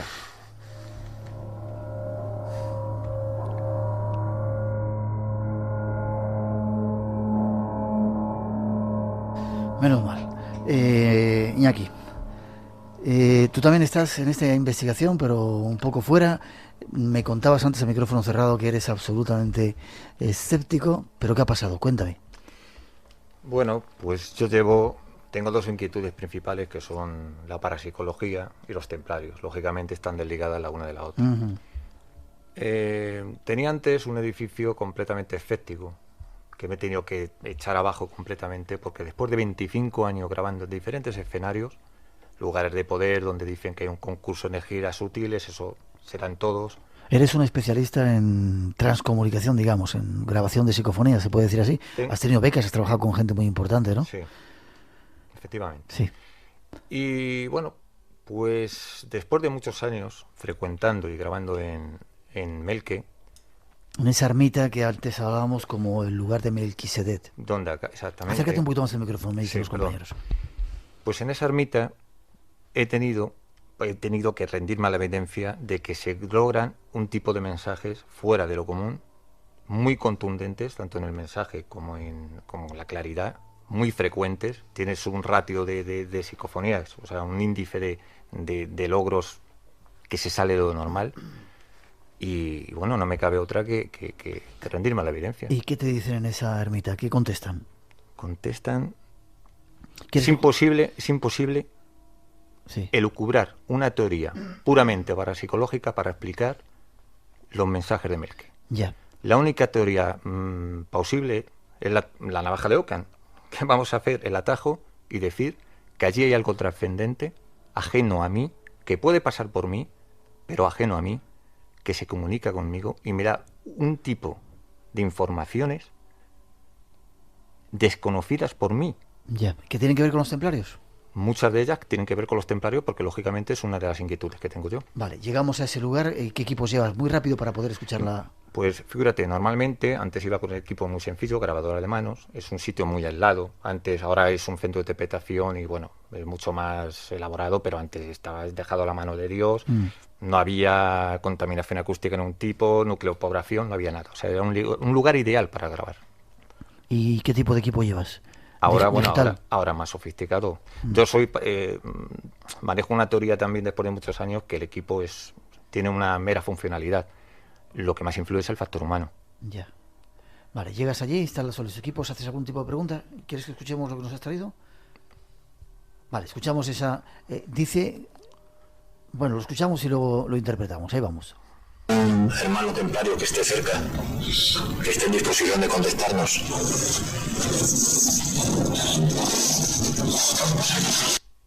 ¿Por qué suena así de raro? Esta psicofonía es de las que yo tuve al principio de mis investigaciones. Lógicamente iba con un equipo muy prosaico, y entonces ahora he depurado mucho más las técnicas, voy con equipos más sofisticados. El resultado es el mismo. Quiero decir que la autenticidad del documento es la que es y es más creíble porque es el documento original. Ya. ¿Tú le preguntas si hay algún hermano templario aquí? O sea, que ya Efectivamente. estás de alguna manera enfocando toda tu atención hacia ese misterio. Porque yo entiendo la transcomunicación como tal. El sentido de la transcomunicación es comunicar con algo trascendente. Lógicamente, no tiene ningún sentido ir a poner una grabadora y a registrar unos sonidos por curiosidad. Ya. O sea, tú vas a comunicarte con algo concreto y ese algo concreto te contesta. En este caso te contesta, ¿y qué es lo que dice? Sí, hace un punto de inflexión, una pausa, y dice, estamos cerca. Lo curioso de esta psicofonía es que está obtenida en un lugar preciso de la ermita, que es cerca de lo que se conocía como lámpara de los muertos o linterna de los muertos, que emula la Seyicá del Templo de Jerusalén, que era donde se tocan el punto celeste y el punto terrestre. Y donde además se dice, fíjate qué curioso, esto es una transcripción de los judíos, que es que se escuchan los muertos. Lo que ellos buscaban los templarios era una especie de muerte simbólica, de su grado de iniciación. Pero lo que nos interesa a nosotros en el tema de las grabaciones es que en ese punto, que no está hecho al azar, es un punto donde hay unas coordenadas geométricas precisas, siguiendo unas técnicas de construcción del arte sagrado, como son pues, el pentágono, el número áureo y demás. O sea, ese punto que no está hecho al azar es donde confluyen los dos mundos. Digamos que pudiera ser una puerta interdimensional. Ya. Vamos a volver a escuchar de nuevo la psicofonía que tú grabaste. Dice, tú haces la pregunta y contestan, sí, estamos cerca. Es lo que dicen, ¿verdad? Sí, además es que lo prefiero así porque normalmente creo que el documento ha de presentarse íntegro. Ya. No hay que hurtar nunca la pregunta porque entonces parece Ya. que estás haciendo una trampa al oyente en este caso. Pues vamos a escucharlo de nuevo. Hermano templario que esté cerca, que esté en disposición de contestarnos.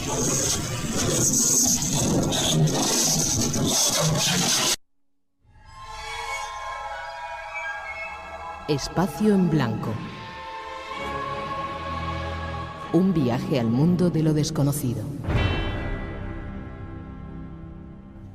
Yo no tengo muy claro, evidentemente tú lo has analizado, pero me resulta un poco difícil entender. Sí, escucho el sí, claramente, pero el estamos cerca, al final parece que suena cerca y un poco raro. Bueno, es una particularidad, todos conocemos de las psicofonías. Ya. Además, perdón, si haces un estudio, normalmente las vocales en el estudio que hizo, por ejemplo, Daniel Chula, es una peculiaridad, no quedan claras. Las A con las E se confunden. Ya. De cualquier forma, yo te digo, nos debes un programa hablando de psicofonías. ¿A vosotros esto os ha dado alguna explicación, una respuesta, esta psicofonía? Como un complemento a la investigación que estáis haciendo. Pues a mí me da una respuesta interesantísima, porque lo que nos plantea es que realmente, bueno, pues hemos hablado de los templarios como custodios y guardianes de ese objeto de poder mágico, que no debe caer en manos de nadie que no esté preparado. Bien, pues la idea es fascinante. Si de verdad Santa María de Melque nos sirve de inspiración como lugar donde pudiera estar oculto ese objeto, nos gusta pensar al escuchar esta grabación que los templarios siguen allí, vigilando y custodiando, que nadie desvele esa mesa de Salomón, santo grial, lapis ex caelis, oculto por los godos en los alrededores de Melque. Yo me quedo también con una reflexión, y es que Toledo, su provincia, tiene muchísimos misterios todavía por desvelar, y sobre todo, hablábamos de lugares griálicos, los lugares de poder son los que más fenómenos paranormales dan. Hay una teoría que además está aceptada por la gran mayoría de los parapsicólogos. La fenomenología paranormal siempre está ligada a los lugares que tienen determinados poderes telúricos. Por lo tanto, esa combinación entre el lugar, el operador y realmente lo que pueda haber ahí hace que pueda y que exista una auténtica comunicación. Por supuesto hay muchos interrogantes, pero desde luego hay algo que interesa a todos y que está también, por supuesto, tanto en Toledo como en los alrededores de Toledo. Yo invito a todos los que nos escuchan en este momento que nos visiten, que realmente intenten compartir nuestras inquietudes y sobre todo algo fundamental, que además es una expresión, una palabra que creo que tiene que ver mucho contigo: compartir. Compartir todos los misterios y hacer que la gente también sea partícipe de la pasión que sentimos por el misterio.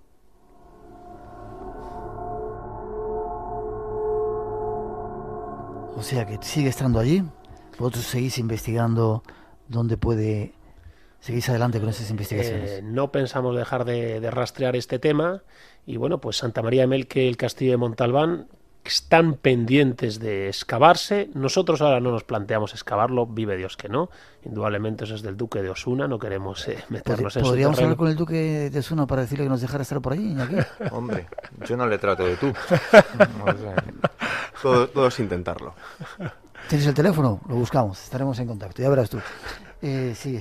No, simplemente decía que lo que sí se puede seguir investigando es todas esas conexiones simbólicas que están ahí presentes: el Ángel San Miguel, los templarios en la parroquia de San Miguel, la cueva situada justo enfrente de esa parroquia, ese Parsifal de Bonesenbach que nos habla de Toledo, de un lapis escaelis, que puede ser esa piedra de Salomón que cayó de la frente de Lucifer y que trajeron los godos hasta Toledo, que ocultaron después en Melque, que ha quedado ahí señalada sutilmente, con ese Melque que nos habla de Melquisedec, rey del mundo, rey y sacerdote, y ese Montalbán, que es un guiño a Monsalvat, el castillo, bueno, la comarca, el área montañosa donde los templarios en el Parsifal custodiaban el Santo Grial.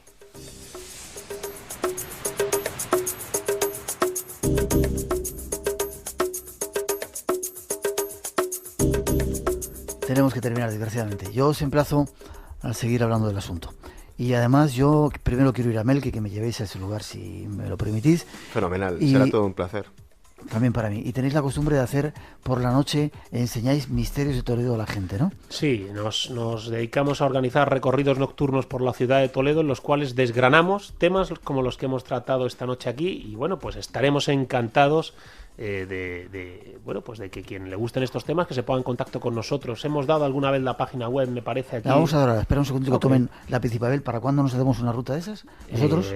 Cuando quieras, Miguel. O sea, ya os he dicho, nos vamos a Egipto la semana que viene, pero al regreso nos vamos a hacer una ruta por noche. Perfecto, estaremos encantados. Queremos ver las cuevas, se nos ha olvidado hablar de la cueva de Hércules. Exactamente, bueno, para la cueva de Hércules otro programa. Yo simplemente diría que en todas las cuevas de Toledo que puedes encontrar la oscuridad realmente siempre vas a encontrar la luz del conocimiento. Además, parafraseando tu inicio, por supuesto, en esas cuevas siempre se encuentra la luz, porque solo cuando el túnel está en la más absoluta oscuridad es cuando puede volver otra vez a luz. O sea, que hay un paralelismo absoluto. Pues me apunto con vosotros a ir a Toledo y tratar de hacer, como intentáis, de Toledo ese resurgir de un lugar donde la magia, la espiritualidad vuelva otra vez a brillar, ¿verdad? Exactamente. Queremos que la gente sienta toda la pasión que nosotros sentimos también por el misterio. Página web. www.odelotoledo.com. ¿Vuelve a repetir? www.odelotoledo.com. Odelotoledo. Odelotoledo es un palíndromo, es el nombre de Toledo al revés y al derecho. Es una suerte de abracadabra. Siempre que se pronuncia, siempre que se escribe, siempre que se piensa, se invoca las fuerzas positivas y mágicas de Toledo. ¿Cómo son estos colegas? Iñaki, ¿tú quieres dar alguna página o te emplazo para...? Yo tengo una página que es un poco aparcada, que es Psicofonías Diálogos, pero está aparcada. Psicofoníasdiálogos.com. Gracias, Iñaki. Gracias, Julio César. Muchas gracias a ti, Gracias a ti, Miguel. Yo voy enseguida a Toledo a veros, ¿vale? Allí te esperamos. No me lo pierdas. Gracias por estar con nosotros. Buen viaje a Toledo, despacito ahora para volver a casa y nos seguimos escuchando, ¿vale? Un abrazo.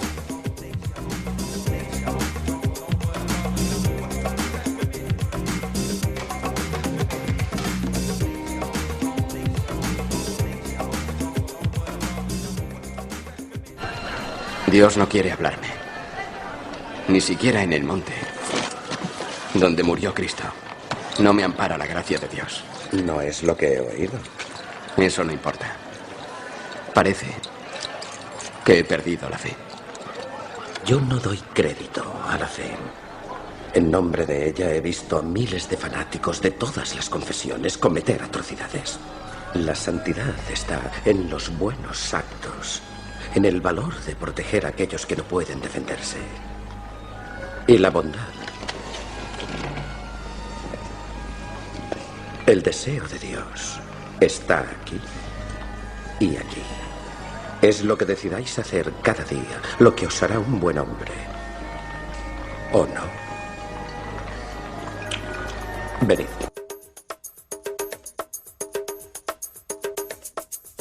Eso decían algunos templarios hace tiempo. 3:27, 2:27, seguimos adelante en directo. El tema de los ovnis parece que se está volviendo a calentar. Hace poco tiempo, por segunda vez, Gran Bretaña desclasificaba algunos documentos. Vamos a hablar con uno de los expertos y después os proponemos seguir aquí en el programa escuchando algunos temas inéditos de Dalí, Salvador Dalí, que os va a sorprender.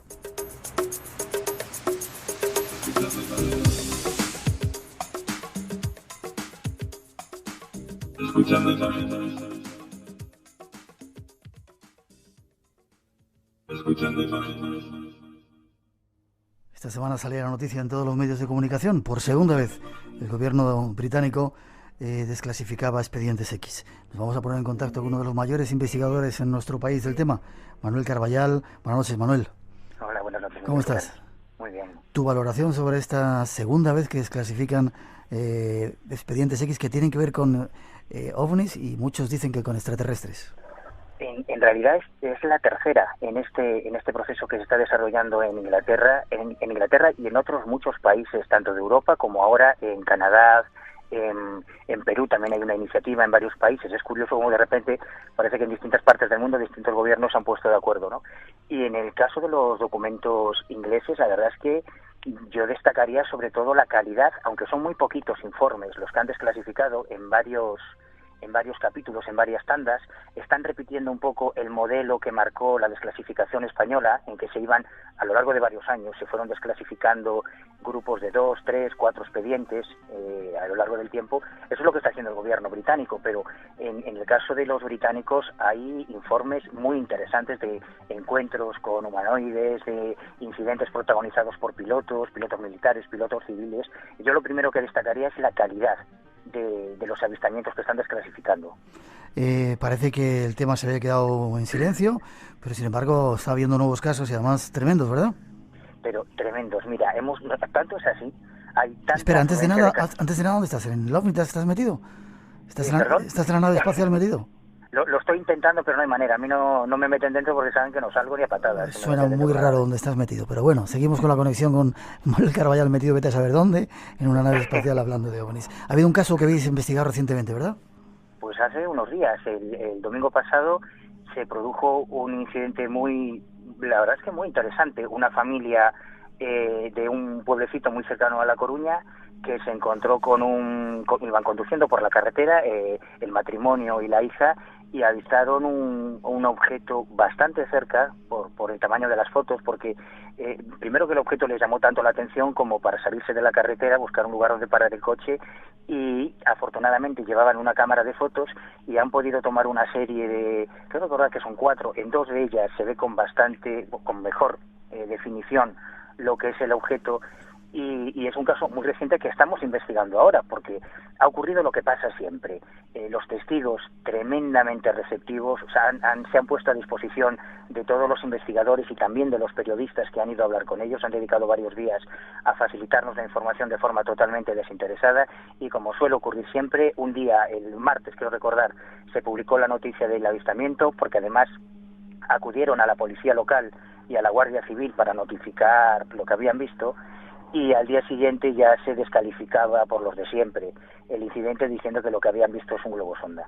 A mí me da mucha rabia que ninguno de los periodistas que ha publicado la tontería del globo sonda, se haya tomado la molestia de llamar al Observatorio Meteorológico de La Coruña, que es donde se lanzan los globos sonda 2 veces al día en esa zona, porque si lo hubieran hecho, como lo hicimos nosotros, sabrían que el incidente, el avistamiento, fue a las 10:30 de la noche, y ese día el globo sonda se lanzó a las 23:47, es decir, más de 1 hora después de que se hubiese producido el avistamiento. Pero hay veces que en el cielo hay más cosas que el globo sonda. Parece que empieza una nueva era de los ovnis. Nos pondremos en marcha, Manuel, para empezar a patear y a correr carreteras y entrevistar testigos, porque parece que la cosa se presenta calentita, ¿verdad? Yo creo que nos van a dar trabajo, y de hecho yo estoy ahora en plena carretera, por eso me oyes así, porque estamos ya detrás de ellos. Pues detrás de ellos, ahí seguimos. Les vamos a seguir la pista y aquí se lo vamos a contar. Manuel, un fuerte abrazo, estamos contigo, ¿vale? Un abrazo, hasta siempre. Hasta pronto.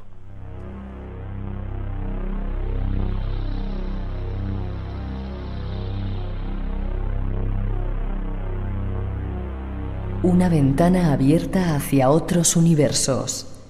Espacio en Blanco, en Radio Nacional de España, con Miguel Blanco.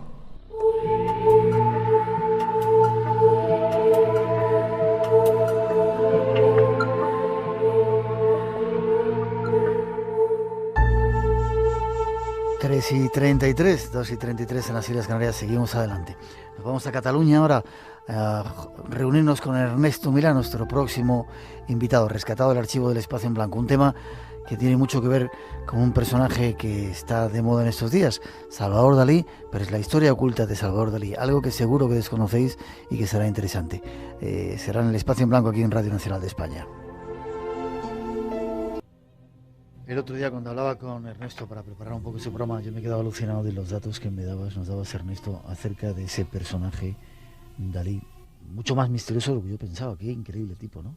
Sí, realmente sorprende, porque habitualmente cuando se aproxima uno a la vida de Salvador Dalí a partir de las biografías que se han publicado en el mercado, es decir, la más reciente, la de Gibson y tal, pues uno ve un personaje que es un pintor probablemente entre otros muchos, un pintor moderno, un pintor en el cual quizá lo que más llama la atención pues son algunos rasgos de excentricidad de su personalidad, pero no hay una relación, no se percibe directamente una relación con todo lo que es el mundo misterioso, el mundo mágico, y sin embargo realmente a poco que uno se introduce en la obra de Dalí y en algunos episodios de su vida, ve que es imposible interpretar al personaje sin recurrir precisamente a estos elementos mágicos y misteriosos que formaban parte de la médula misma de Salvador Dalí artista, de Salvador Dalí pintor, de Salvador Dalí teórico del surrealismo y de Salvador Dalí místico en el fondo.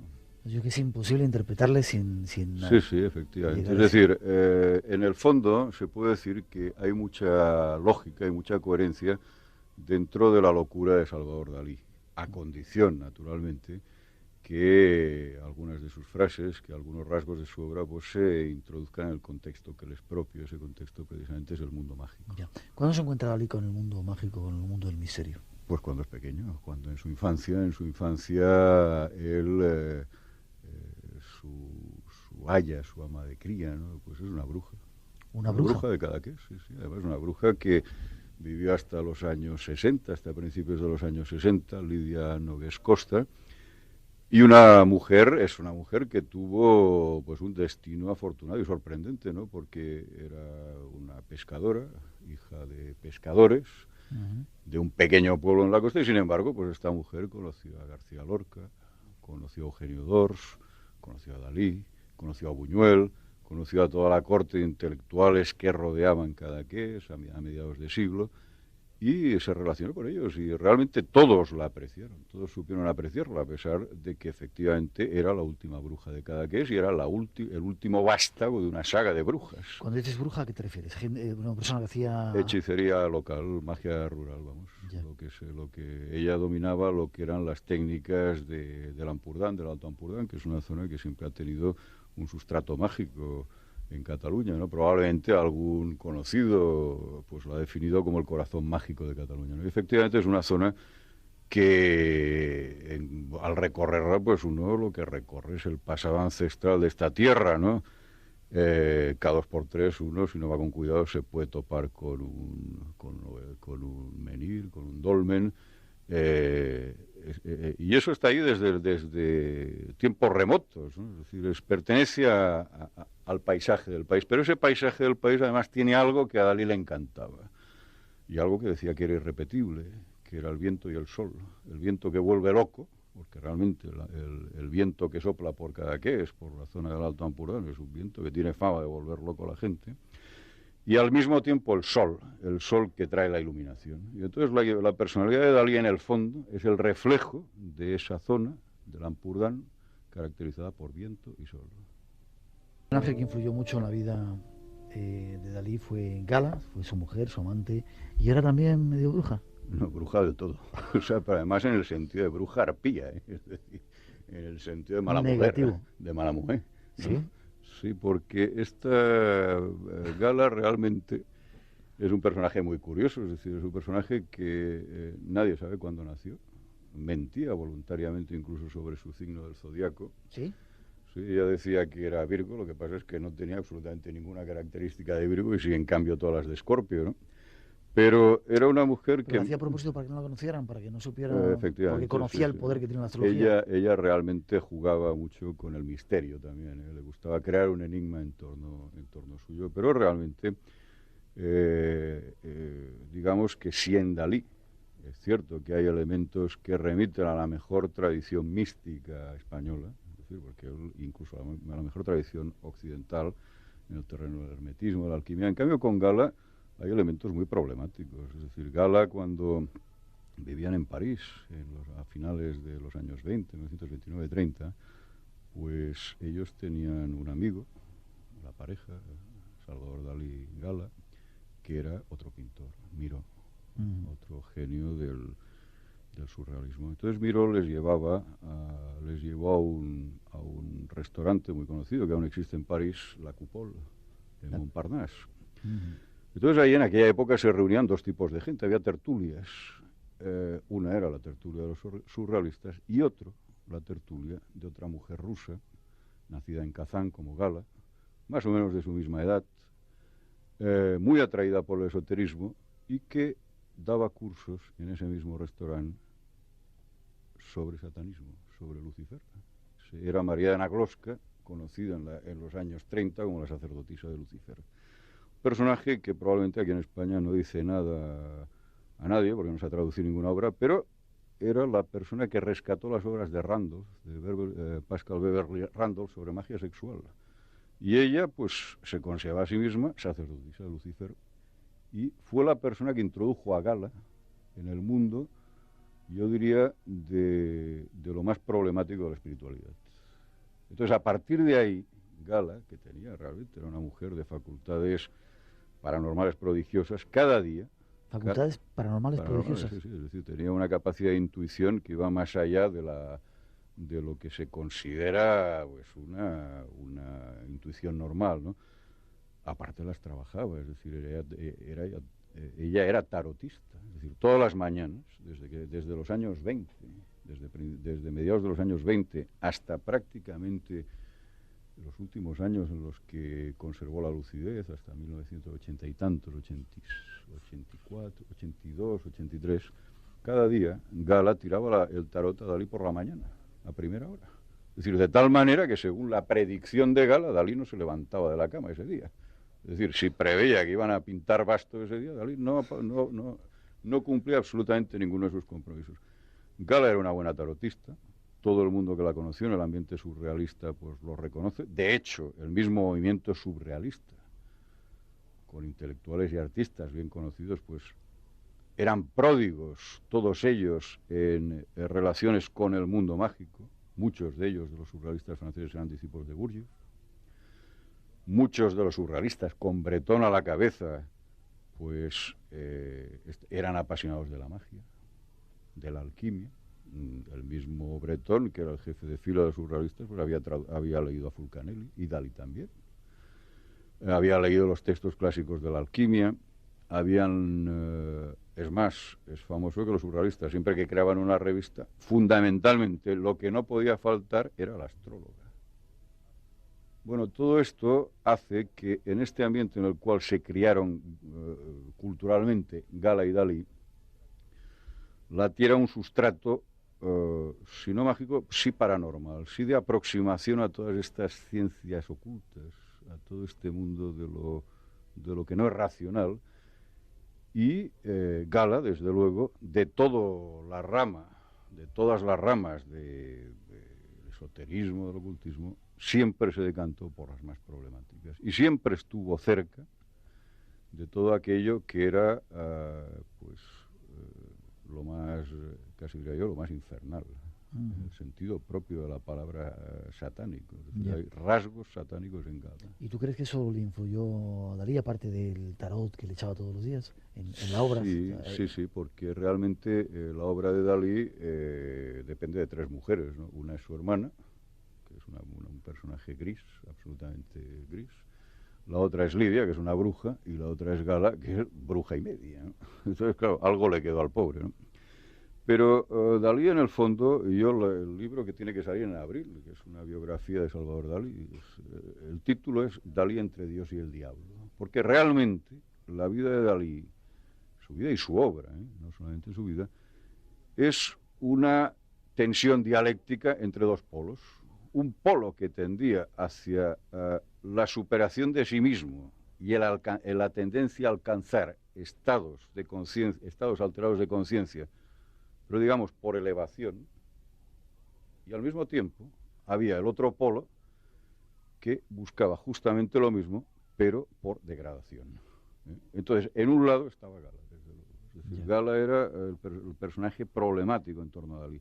También era el personaje que reconoció unas cualidades de genio y de carácter. Gala era la persona que inspiraba a Dalí. Es decir, Gala, pero no la Gala humana, sino una Gala idealizada. Es decir, si estáis familiarizados con la literatura medieval y con toda la literatura de los fieles de amor, de Dante y tal, pues Dalí lo que había hecho era algo parecido a lo que hizo Dante con Beatriz. Es decir, la idealizó. Y entonces, a partir de esa imagen ideal, la convirtió en un objeto de inspiración que no tenía nada que ver con la Gala real, que era absolutamente siniestra, no tenía absolutamente ninguna de las cualidades que esa Gala ideal generada por Salvador Dalí estaba dotada, ¿no? ¿Por qué estos temas, es decir, la magia, el misterio, llaman tanto la atención, o ha llamado tanto la atención a los artistas, sobre todo artistas de esa época, surrealistas? ¿Qué buscaban ahí? Pues, hombre, yo creo que el surrealismo es un momento muy interesante, y antes hay otro momento todavía más interesante, que es el dadaísmo, ¿no? El dadaísmo es una tenta de Tristan Tzara, efectivamente, que luego converge con el surrealismo, pero realmente era un movimiento que lo que miraba era el planteamiento que se hacía era muy sencillo, y además es un planteamiento que tiene bastante que ver con todo lo que es el esoterismo, el mundo mágico, etc. Es decir, es el reconocimiento de que la realidad que se puede percibir por los sentidos y la realidad que se puede aprender mediante la razón no es la única realidad posible. Entonces, que existe otra realidad, es la famosa frase de Paul Eluard, el anterior amante de Gala, por cierto, antes de Dalí, que decía, hay otros mundos, pero están en este. Entonces, ellos, los surrealistas, los dadaístas, y Dalí sobre todo, lo que buscaba era la llave de entrada, la forma de entrar en esos mundos que inicialmente le estaban vedados para la razón, para el entendimiento lógico, para la racionalidad, ¿no? Entonces, cada surrealista pues lo hizo de una manera diferente, escritura automática. Eso te iba a preguntar también, decían. Entonces, efectivamente, la escritura automática de los surrealistas es la misma escritura automática de los ocultistas. No hay absolutamente ninguna variación. Lo que pasa es que los ocultistas le daban un sentido y los surrealistas y dadaístas le daban otro completamente diferente. Es decir, que los estratos más profundos de la conciencia pues salían a la superficie mediante la escritura automática. Pero no era únicamente la escritura automática, los surrealistas trabajaban mucho los sueños. Dalí trabajaba mucho los sueños, mucho más incluso que el resto de surrealistas. Y claro, en este mundo vidrioso de sueños, de escritura automática, necesariamente había puntos de encuentro con las doctrinas místicas, con el ocultismo, con el esoterismo. Era inevitable que se encontraran. También es cierto que algunos de estos surrealistas pues no tenían necesidad de experimentar. Desde los que experimentaron con drogas psicodélicas en los años 20 hasta los que experimentaron con meditación y concentración, ejercicios de meditación y concentración dentro de la escuela de Gurdjieff, hasta los que como Dalí, experimentando, descubrieron algo que era de cajón, que era que, dado que no hay nada nuevo bajo el sol, para que ir a buscar cosas nuevas, si la mística española del siglo de oro ya lo presentaba prácticamente todo. Entonces, a partir de ese razonamiento, cuando Dalí se interesa por los místicos españoles. Y entonces cuando aparece el mejor Dalí, el Dalí de los años 45, 58, cosas así, que es lo que él llama el periodo místico. Y en ese periodo místico yo sí que creo estar en condiciones de afirmar que Dalí supera a cualquier otro artista del siglo XX. No solamente porque como dibujante era muy bueno, sino porque detrás de esos rasgos, detrás de estos trazos que pueden ser sorprendentes, lo que había era un deseo de superación, una ansia de superación de la condición humana y de búsqueda de otra realidad. Y por eso, a mi modo de ver, Dalí es fundamentalmente un artista que rompe, incluso dentro de su propia corriente, dentro del surrealismo, que rompe con esa tendencia del arte entendido como algo suntuario, como algo exótico.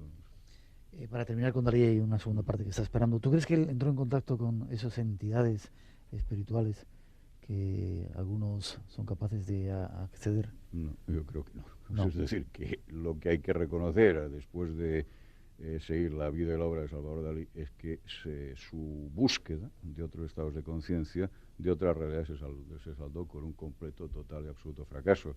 Y ese fracaso se llamó locura. Es decir, Dalí durante toda su vida había perseguido la locura, había jugado a hacerse el loco. Él mismo decía que no estaba loco, pero que lo parecía.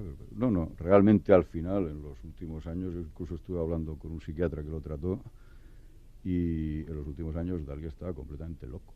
Es decir, creía que era un caracol que estaba perdido en su cráneo, en fin, y no había entrado, es decir, esa locura que durante toda su existencia la había perseguido, finalmente lo dominó. Es decir, la búsqueda de Dalí, como toda búsqueda, autónoma, es decir, como toda búsqueda que uno hace sin ayuda exterior, sin pertenecer a alguna escuela o a alguna corriente sapiencial, pues corre el riesgo de estrellarse. Y esto fue lo que en el fondo le pasó a Dalí. Es decir, en el fondo también es el drama de nuestra época, en donde alguien que quiera tener una experiencia espiritual dice, bueno, ¿y dónde voy? ¿Dónde la busco? ¿Dónde encuentro maestros? ¿No? Yeah. Bueno, pues esa fue el drama, la tragedia de Salvador Dalí. Hacia otros universos. Espacio en Blanco. En Radio Nacional de España, con Miguel Blanco.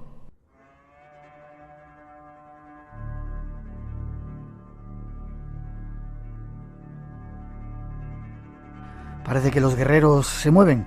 Nos vamos hasta Portugal para hablar con uno de los responsables de unas actividades que se están poniendo en marcha. Iberia Activa. Domingo Díaz, buenas noches, Domingo. Hola. Hola, buenas noches. ¿Cómo estás? Muy bien. ¿En qué parte de Portugal estás, Domingo? Pues estoy en el Cabo de la Roca. la parte más occidental de Portugal. Buen sitio, buen sitio.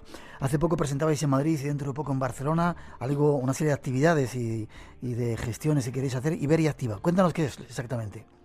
Bueno, Iberia Activa es una formalización ya en la práctica de una vieja idea, de un viejo sueño, que es la unión de los trabajadores de la luz, por así decirlo, de Portugal y España para dar fuerza a la energía ibérica y la energía de lo que es la nación energética de Iberia.